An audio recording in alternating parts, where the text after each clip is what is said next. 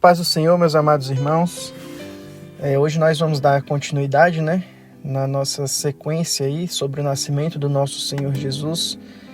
E hoje nós vamos meditar um pouco no texto que fala do Cântico de Zacarias, que está aí no verso 67 até o verso 80. Lucas 1, do 67 ao 80. Está escrito assim: Zacarias, seu pai, cheio do Espírito Santo, profetizou dizendo: Bendito seja o Senhor, Deus de Israel, porque visitou e redimiu o seu povo, e nos suscitou plena e poderosa salvação na casa de Davi, seu servo, como prometera desde a antiguidade por boca dos seus santos profetas, para nos libertar dos nossos inimigos e das mãos de todos os que nos odeiam, para usar de misericórdia com os nossos pais e lembrar-se da sua santa aliança e do juramento que fez a Abraão, o nosso pai, e conceder-nos que, livres das mãos de inimigos, o adorássemos sem temor, em santidade e justiça perante ele, todos os nossos dias. Tu, menino, serás chamado o profeta do Altíssimo, porque precederás o Senhor, preparando-lhe os caminhos, para dar ao seu povo conhecimento da salvação, no redimi-lo dos seus pecados, graças à entranhável misericórdia de nosso Deus, pela qual nos visitará o sol nascente das alturas, para alumiar os que jazem nas trevas e na sombra da morte, e dirigir os nossos pés pelo caminho da paz. O menino crescia e se fortalecia em espírito, e viveu nos desertos até ao dia em que havia de manifestar-se a Israel. Então aqui, meus irmãos, nós vemos, o evangelista Lucas, ele nos apresenta aqui um momento assim significativo, na narrativa do evangelho. Aqui Zacarias, o pai de João Batista, ele profere um cântico de louvor, após a sua mudez, ser quebrada.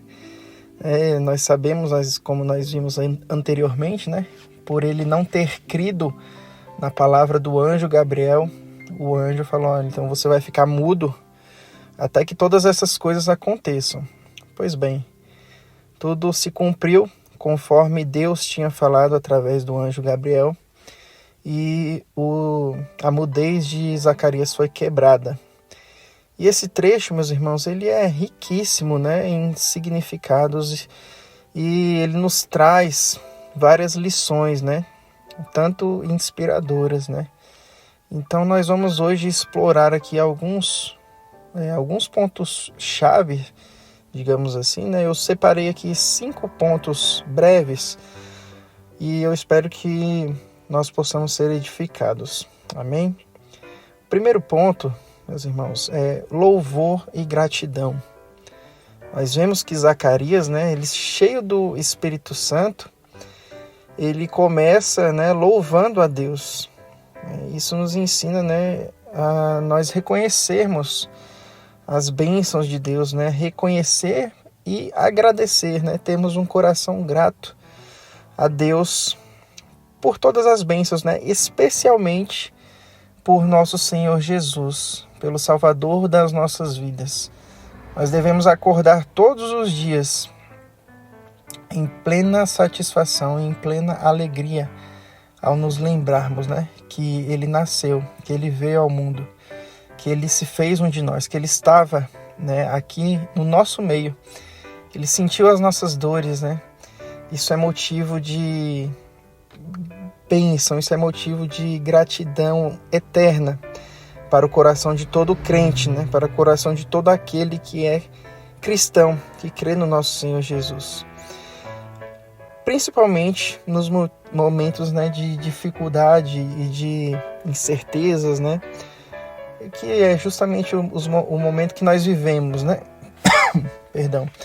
Se nós pegarmos aí, fizermos um panorama da situação mundial, qualquer um, meus irmãos, que não tem Cristo, qualquer um que não possui a paz de Deus em seus corações, com certeza entra em desespero, né?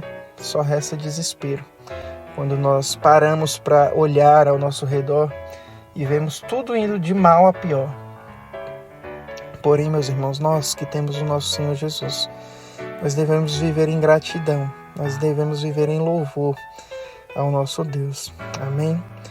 O segundo ponto que nós vemos aqui nesta oração, né, de Zacarias é o cumprimento das promessas de Deus, que é mais um motivo que nós temos para que nós saibamos que nós podemos plenamente confiar nele, né?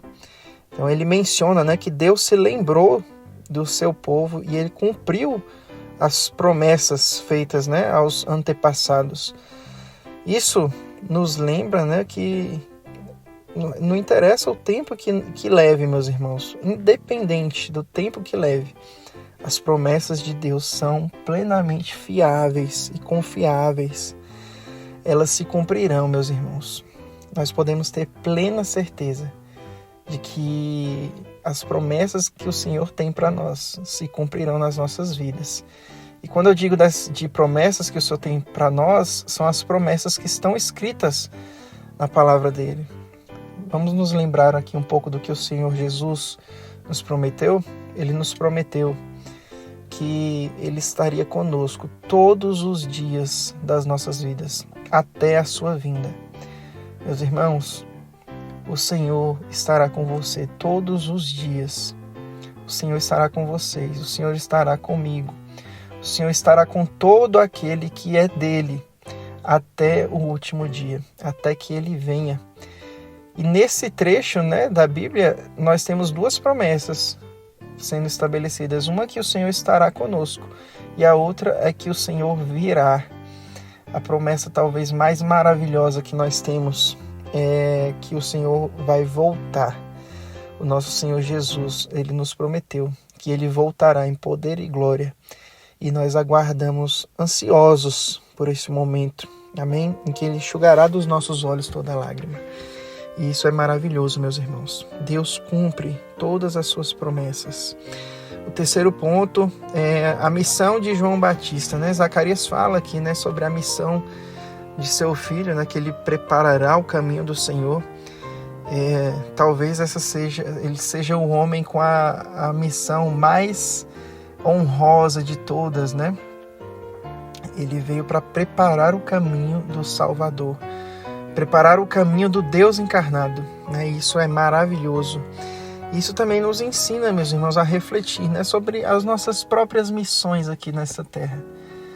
Sabemos que cada um de nós tem uma missão a se cumprir aqui. Nós não nascemos, meus irmãos, simplesmente para sobreviver, para termos ali o nosso emprego ou o nosso negócio e ganharmos um bom dinheiro e estabelecermos termos uma estabilidade, né, financeira, né, termos uma boa casa, um bom carro.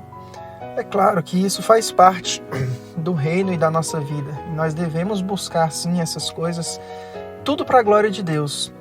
Porém, nós sabemos que nós temos uma missão. E essa missão, meus irmãos, ela sempre vai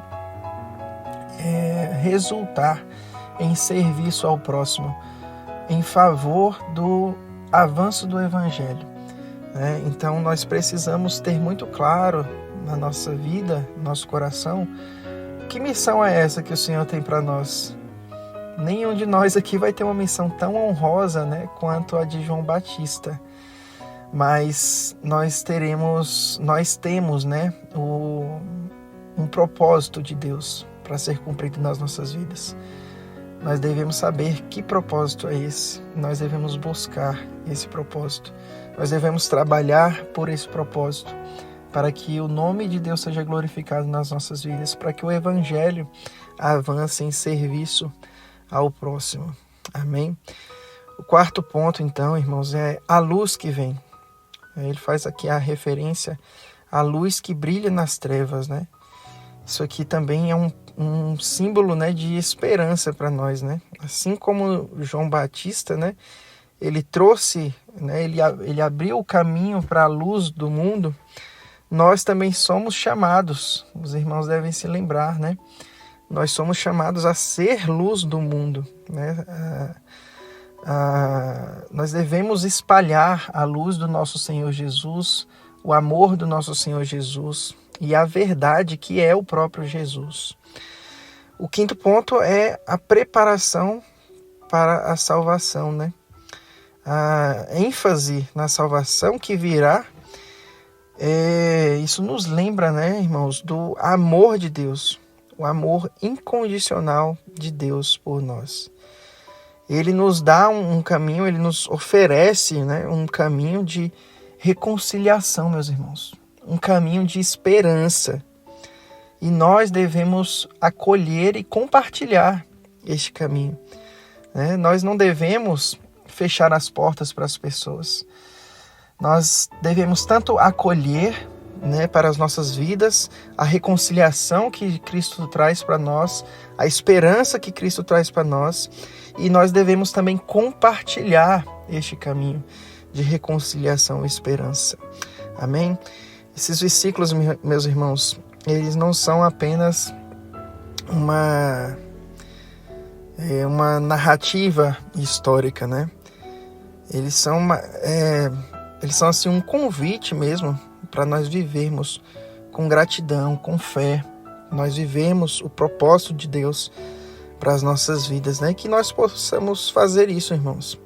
E assim como Zacarias, né? Possamos louvar a Deus em todas as circunstâncias e estar abertos, né, à direção de Deus para as nossas vidas. Amém? Que o Senhor Jesus possa continuar nos abençoando, que o Senhor, que o Espírito Santo de Deus possa trabalhar essa palavra nos nossos corações, assim como Ele tem feito nas outras meditações e nas que virão após essa. Amém, meus amados? Que o Senhor te abençoe e abençoe a sua família. Uma ótima semana. Até mais.